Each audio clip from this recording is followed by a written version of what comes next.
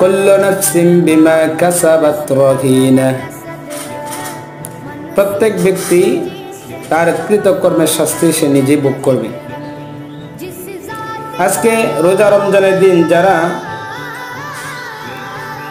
মহান আল্লাহ পাক রব্বুল আলামিনের হুকুম মানেন না, শুধু রিজিকের পিছনে দৌড়ে সময়টি শেষ করে দিতেছেন, ক্ষেত খামারে কাজ করে ব্যবসা বাণিজ্য করে, এই বরকতপূর্ণ একটি মাস, রহমতের মাস, নাজাতের মাস, ওয়াফারের মাস, যে একটি ফরজ আদায় করলে 70টা ফরজ আদায়ের সমতুল্য সওয়াব আল্লাহ পাক রব্বুল আলামিন আপনার আমলনামায় দান করেন, এই বরকতপূর্ণ মাসেও আপনি মাহরুম হচ্ছেন।